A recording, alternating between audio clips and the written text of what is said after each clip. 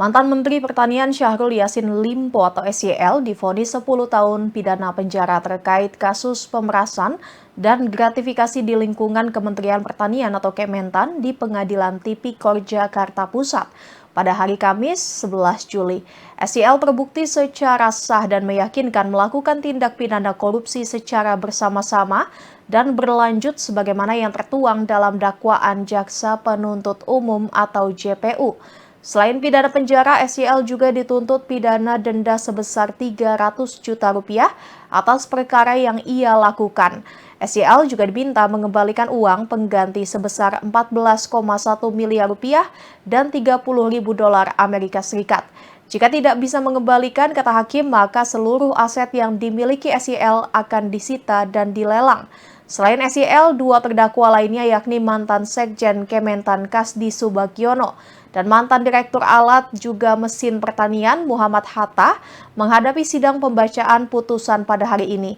SYL diyakini bersalah melanggar pasal 12E Jungto pasal 18 Undang-Undang Pemberantasan Tindak Pidana Korupsi, Jungto pasal 55 ayat 1 ke 1 KUHP, Jungto pasal 64 ayat 1 KUHP.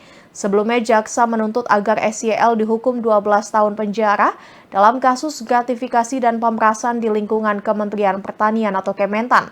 Selain pidana penjara, jaksa KPK juga menuntut agar SYL dituntut dijatuhi denda 500 juta rupiah subsidi kurungan 6 bulan penjara.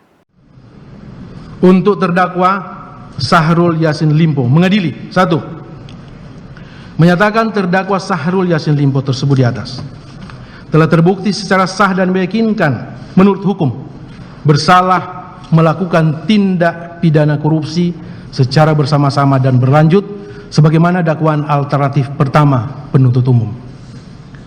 2. Menjatuhkan pidana terhadap terdakwa Syahrul Yassin Limpo oleh karena itu dengan pidana penjara selama 10 tahun dan denda sejumlah 300 juta rupiah dengan ketentuan apabila denda tersebut tidak dibayar diganti dengan pidana kurungan selama 4 bulan.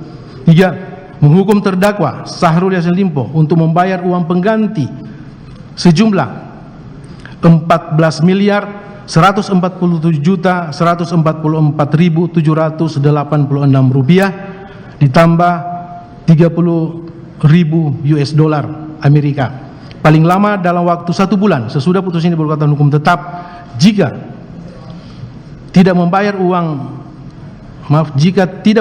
maka harta bendanya disita dan dilelang oleh jaksa untuk menutupi uang pengganti tersebut dengan ketentuan apabila terpidana tidak mempunyai harta benda yang mencukupi maka dipidana dengan pidana penjara selama 2 tahun